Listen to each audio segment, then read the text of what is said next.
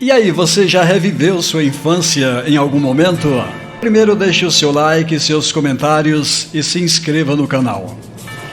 De volta à infância.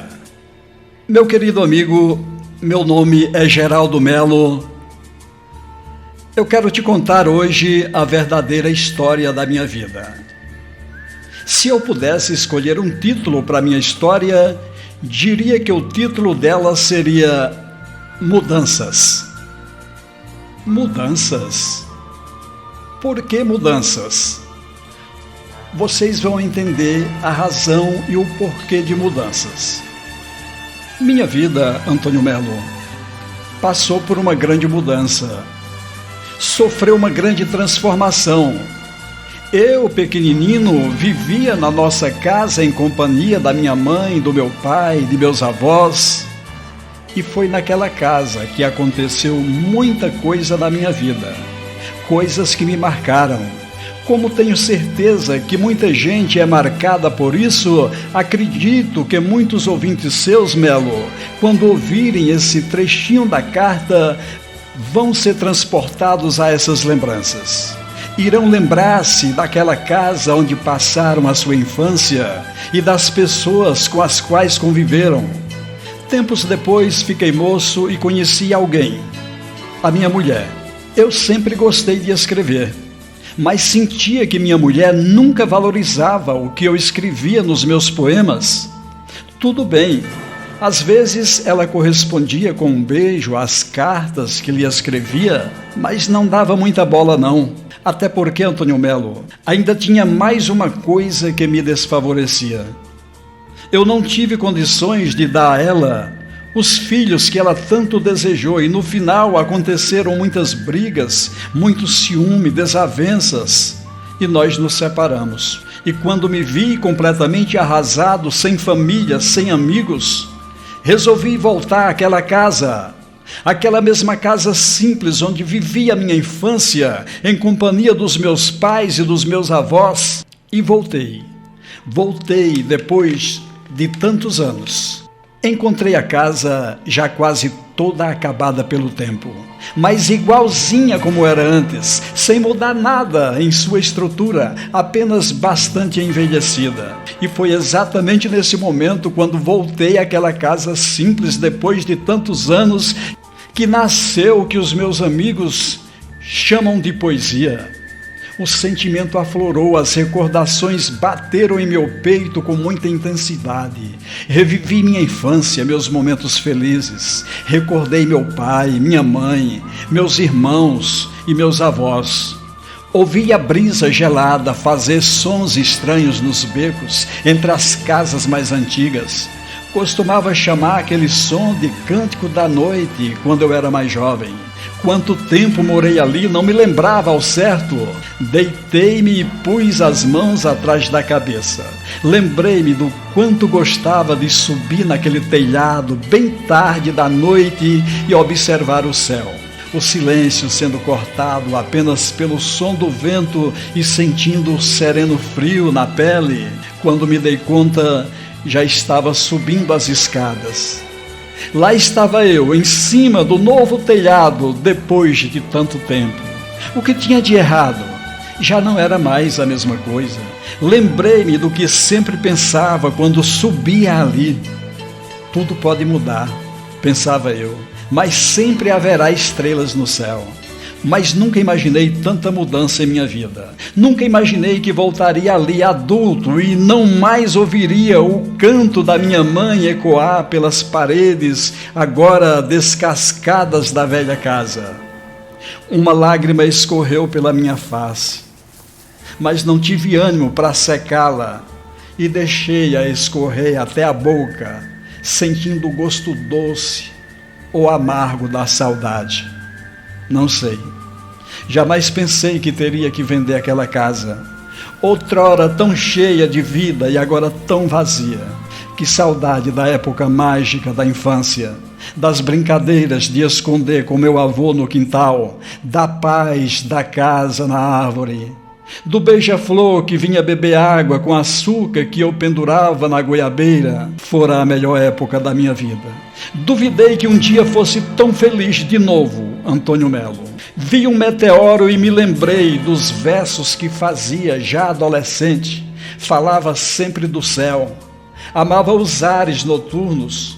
Muitos versos que fiz para conquistar minha esposa, que hoje faz parte do meu passado e das mudanças que aconteceram em minha vida.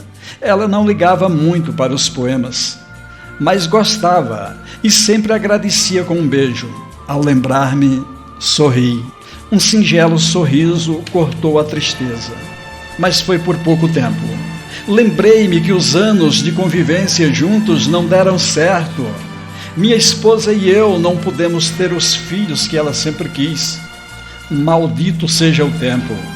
Seria mesmo o tempo o culpado? Estávamos enjoando um do outro. Sabíamos que estávamos a um passo do divórcio. Lembrei-me da minha teoria das estrelas e pensei que ela estava incompleta.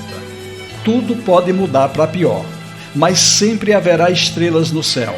Mas vou deixar minha esposa adormecida em suas ilusões e viver a recordação dos meus dias felizes. Aquela noite era uma noite sem lua. Eu amava as noites sem lua. As estrelas pareciam brilhar mais. Sentei-me no telhado. Dali via quase toda a rua, todas as casas antigas, os jardins maltratados, os terrenos baldios. Não era assim antigamente. Pelo menos no lugar sagrado onde passei minha infância. Devia ser proibido mudar. Já não passava ninguém naquela hora. As ruas cheias de crianças jogando bola e soltando pipa agora estavam sem uma alma viva. Nem mesmo os velhinhos varrendo as folhas das calçadas e fazendo fogueiras, esfumaçando as casas vizinhas, apareciam naquela hora. Só alguns cães de rua ainda estavam acordados, vagando no soberano silêncio quase total da noite. Um gato miava distante, como o choro de um bebê faminto. Sentado no telhado, senti as telhas estalarem. Vi que as telhas estavam molhadas de orvalho e eu já não era tão leve quanto nos velhos tempos de vigílias noturnas. Quando ouvi as telhas darem aqueles estalos, senti um jato de adrenalina invadir minhas veias. Mais estalos. Qualquer movimento agora, eu afundaria no telhado.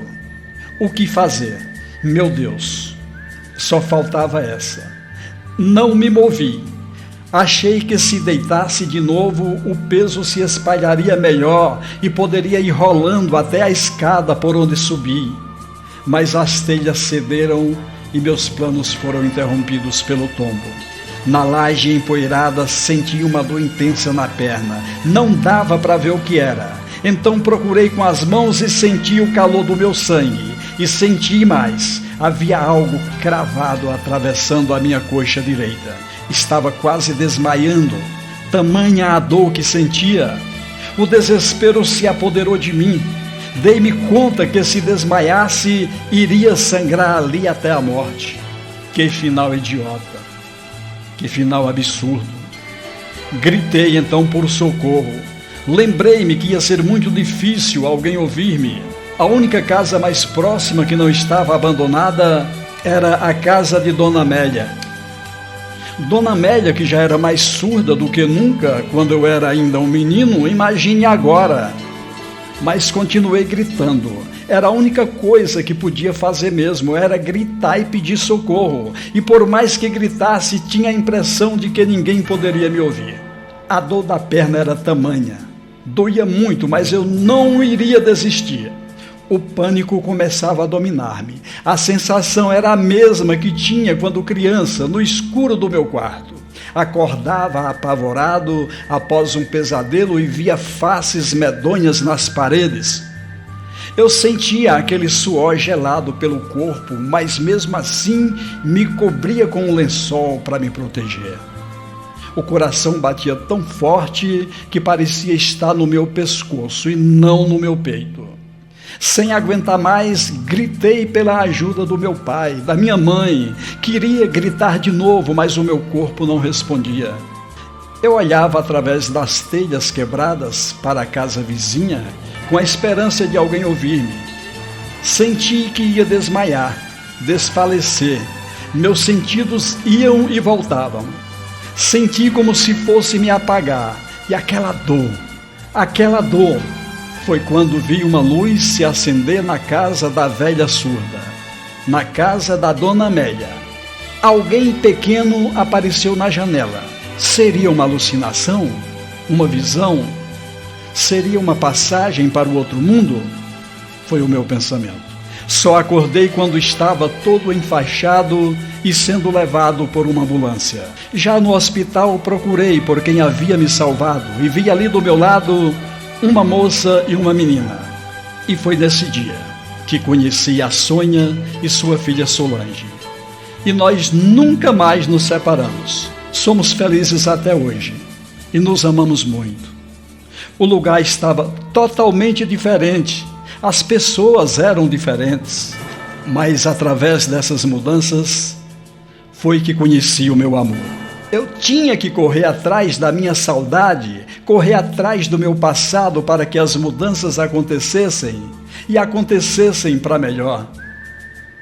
Eu espero, amigo, que você e seus ouvintes tenham gostado da minha lição de mudança. Afinal, são coisas da vida.